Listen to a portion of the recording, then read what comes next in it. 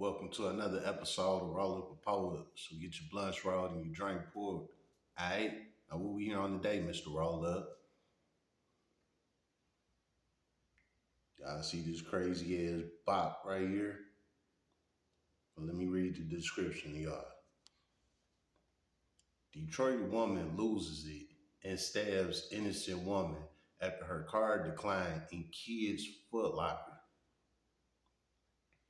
42-year-old Tiffany Williams is being held on a $250,000 cash bond after stabbing a teenager at a kid's Foot Locker in Detroit. The incident took place after Williams' car declined and she allegedly heard someone call her broke.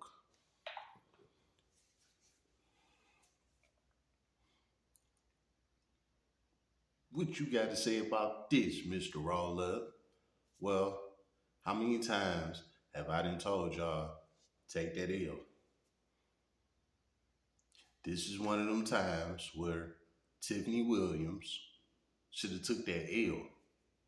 Your card declined, ma'am. How you gonna get mad that somebody called you broke because your card declined?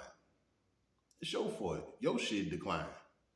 And quite frankly, you knew that you didn't have the money on there. You was just hoping and wishing on the star of the next planet that motherfucker was gonna say approve. But it didn't. It declined. And somebody in the line say, oh, you broke. You get mad about it. Let's go ahead and jump in this time capsule real quick. Y'all know I gotta corroborate things. I gotta make everything make sense, right? Let's go back to 2020, right? 2020, the pandemic is on the streets. Everybody is at home. COVID is flying around. Stay in the house. It's free money flying all over the place, right? So you got PPP loans, stimulus checks, BBLs, you know what I'm saying? All type of shit going on in 2020. Seafood boils, everything, right? Everybody got money. Everybody up, everybody doing good. Even though everybody in the house, everybody got money. Money was just being thrown out in 2020. Now let me say this. Me personally, I ain't got none of this shit. You know what I'm saying? I ain't getting none of it. All my money was straight hustle. And I told y'all that was my best year. You know what I'm saying? Now, why was that your best year, Mr. Roll Up, if you wasn't getting no stimmies and no BBLs and all that PPP shit? Why was you doing good? Well, I buy and sell cars. I'm the negotiator. I'm the middleman, right? So basically, just to say, like, if you want a car that costs like $20,000, right? I'm gonna get it for like 13,000. I'm gonna resell it to you for about 15, maybe 16,000. So I'm gonna get my 2-3,000 out of it. You gonna get a $5-6,000 discount on that motherfucker, and the seller got the car off. We all happy. You know what I'm saying? So just to say with that, if I just sell at least one car a week, I'm making at least 2 to 3 bands a week, just selling at least one car a week. Sometimes I sell 2, 3 cars in a week. But let's just say if I just sold one car a week, that's 2 bands a week. On top of that, I was door dashing it as well. At that time, everybody was in the house. So guess what? Everybody ordering out. So I'm clearing $400 or $500 a day on DoorDash alone. Now go ahead and add all of that shit up. That shit came up to about a quarter. That shit came up to about $250,000 a year, right? About $250,000 a year, which is this woman's buying. So I was clearing about $250,000 a year. You know what I'm saying? During that pandemic time. We just gonna say I cleared $250,000 that year. You know what I'm saying? Go back on my video when I was talking about how I went broke by renting cars. You know what I'm saying? I said in that video, I spent $100,000 in cars in 2020 alone. You know what I'm saying? I made $250,000, but I blew 100,000 of it just on whips. You know what I'm saying? Like I was flipping cars every day. Like real shit. It be times I'll wake up, I'll look out the blinds, look at my driveway, and see a damn Mustang in the driveway. I'd be like, damn, I thought I had a Camaro. You know what I'm saying? Like, this is how I was going through cars at that time. So, with all that being said, everybody had money at that time, right? Okay. 2021 come around. Now we got a new president. Joe Biden is in office, right? Kamala Harris right behind him. What happened with that, Mr. Roll Up? Well, if y'all was paying attention, under their watch, they let all these damn immigrants in here. These immigrants came in here and took over our resources. So year after year after that, we started declining as a country. The truckers was out of work. UPS people was out of work. Everybody with some type of transportation, you know what I'm saying, from like country to country, things like that, it was shut down. All our resources was gone. You know what I'm saying? For example, y'all can go check out Big Ward the Genius. Go check out his channel. He is a trucker.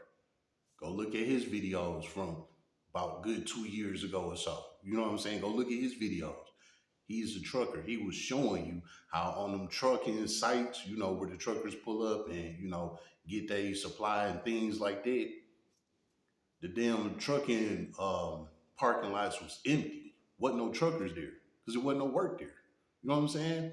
And this was under the Biden-Harris administration because they was letting these immigrants come in here and take over our resources. I done spoke on all that, and y'all know what the fuck going on. So year after year, the country was declining, meaning we going broke as a country, not as individuals, not as blocks, not as neighborhoods, not as a city, as a whole, the whole country. We all went broke at the same time. We all losing it. It was millionaires going broke. It wasn't just average people that was just making an average living, clearing maybe 50 to $80,000 a year that was going broke. No, you had motherfuckers making 6 figures, 7 figures, 8 figures that was going broke. That is broke now. You know what I'm saying? And it's all due because of the economy. Why did the economy tank? Because of the Biden-Harris administration letting the immigrants in here and taking over our resources. Do you know that them immigrants, while people in the uproar about this EBT stuff now, do y'all know that the immigrants was getting like 10 bands a month in EBT snaps? While we getting, what, about $500 to $2,000 a month, them immigrants was getting $10,000 a month. So with shit like that, that's what kept on breaking down our economy, which is to where we at right now in 2025. We all broke. Now everybody blaming Trump for the shit. Mm-mm. Mm-mm. Go back, check the numbers. It happened under Biden-Harris administration, but that's for a whole nother situation. I'm just corroborating everything, right? So again, here it is, 2025. We all broke as a country. Everybody's broke. It ain't just you, baby. We all broke. So you go into this kids Footlocker, not a grown-up Footlocker, kids Footlocker, and you go swipe your card, and it say decline. You hear some teenagers in this kids Footlocker that you're in call you broke. You get mad about it, and you pull out a knife and you stab one of these damn teenagers. See, that's guilt number one. Because if you wasn't broke, what did you have to do all that for? You proved that you was broke. That's why you upped and did what you did. Because that teenager, whoever she was, hurt your feelings. You know what I'm saying? And called you broke. Again, we all broke. What is there to be ashamed about? What is there to be sad about? What is there to be mad about? We all broke. We all fucked up. You know what I'm saying? As collective, as a country, we all fucked up. It is what it is. Now, don't get me wrong, of course. There's people out here that got some money, they got a couple dollars put up, you know that's straight, things like that. But for overall, on a huge scale, most of us are broke. So why did you even let that hurt your feelings like that? You know what I'm saying? Sad. And you being 42 years old. I'm 36 and I know better than this. You 42. So you got what? 6 years on me alone. You know what I'm saying? So you should know better than this. What you should have did was laughed it off, took that L, walked up out the store, went on about your business. But nah, you had a point to prove because your feelings was hurt. So you gonna pull out a knife and stab a damn teenager in the kid's Foot Locker out in the public in front of everybody. Is we gonna call that insane? Is she gonna stand in front of the judge and say, "Hey, I need an insanity plea. Can you put me in a halfway house?"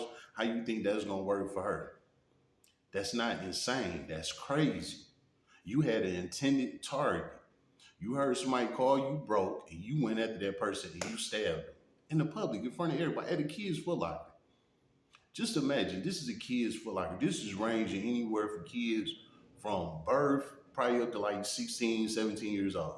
This is what I'm guessing. I don't be in kids Foot Locker, but this is what kids Foot Locker for. It's for the kids, right? So at any given moment in this kid's Foot Locker, it could be babies all the way up to teenagers up in here. And you think you just about to get away with stabbing somebody inside of a public place like this because somebody called you broke in 2025 at that. They didn't call you broke back in 2020. They called you broke in 2025 where everybody broke. We all broke. Let's just be real. And you was in your feelings and you pulled out a knife and killed this person.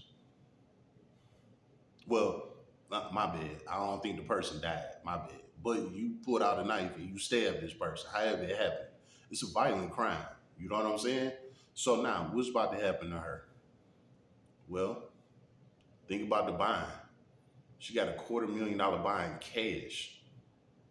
So if somebody want to bind her out, they got to come with that $250,000 cash. Not on no card, gift card, and none of that wiring the money. No, they want that cash money. So 9 times out of 10, she ain't getting out of jail. You know what I'm saying? If her card declined in Kids Foot Locker, what make you think she got somebody behind her that got $250,000 in cash to come bail her out? You see what I mean about hold that ill? Because now this shit about to cost her a couple of years out of her life. My prediction is she probably gonna get about anywhere from like 3 to 5 years in prison for this shit. You committed a violent crime in a public place around babies, teenagers, all type of shit. You know what I'm saying? Ain't no getting away with that. Nah. And it was all because somebody called you broke. This wasn't no self-defense. Then nobody hit you across the head. Nothing. You heard somebody say you was broke because your card declined. In 2025. How about that? So now she is about to go through a whole process. I'm pretty sure she in there regretting it right now, wishing she didn't have did what she did. But it's too late. You already did it. You know what I'm saying? I can guarantee you she's sitting in that cell wishing that she would have held that L and said, "Hey, you know what? You're right. I am broke. Shit, we all broke." What that damn teenager had? That was a teenager. The damn teenager broke. The teenager probably in there off their mom or their daddy money. And you take offense to what a teenager said. A child that more than likely don't have a job, don't got no money, their parents is paying for whatever it is that they in there getting, paying for their shoes or they Nike jogging outfit. Their parents paying for that. And you took offense to that shit. Now it's about to cost you a couple of years out your life. And when you do get out, you're gonna be on parole. And that parole gonna have heavy stipulations on it. I'm pretty sure one of them stipulations is you can't be around kids. You probably can't be around schools or anything like that. You are a threat to children. You know what I'm saying? You see how much all of this is about to cost her? All because her card, damn, all because her card declined. You know what I'm saying? Your card declined, not his card, not their card. Nobody, your card declined, and you up a knife and stab somebody. Broad daylight in public in front of everybody. You're insane. And you're not insane in the system's eyes. You're insane to the public eyes. But to the system, you're crazy. And the system gonna bang your ass for it. You know what I'm saying? Now you in there regretting it, like the idiot that you is. So, with all that being said, tell y'all again, man, learn how to hold that L, man. This shit is chess, not checkers. This is just a storm that we going through. When the storm clear, we gonna be back straight again, man. That's life. That's how life goes. You're gonna have good days, you're gonna have bad days. You're gonna be up, you're gonna be down. It comes with it. You know what I'm saying? Let me drop a little line on you from my boy Payroll Giovanni. He said, if you can't lose it and get it back, then you ain't no real hustler. That's just what it is. And that's what we going through right now. Everybody is fucked up. We all gotta weather this storm and get over this shit. You know what I'm saying? The day gonna come when things gonna change and we gonna be all right. But you ain't gonna be here for it. Your ass gonna be in jail because you crashed out because a motherfucker called you broke in 2025. We all broke, bitch. The fuck wrong with you? How about that? It's been another episode of Roll Up a Poet. So get your blood throat and your drink poured.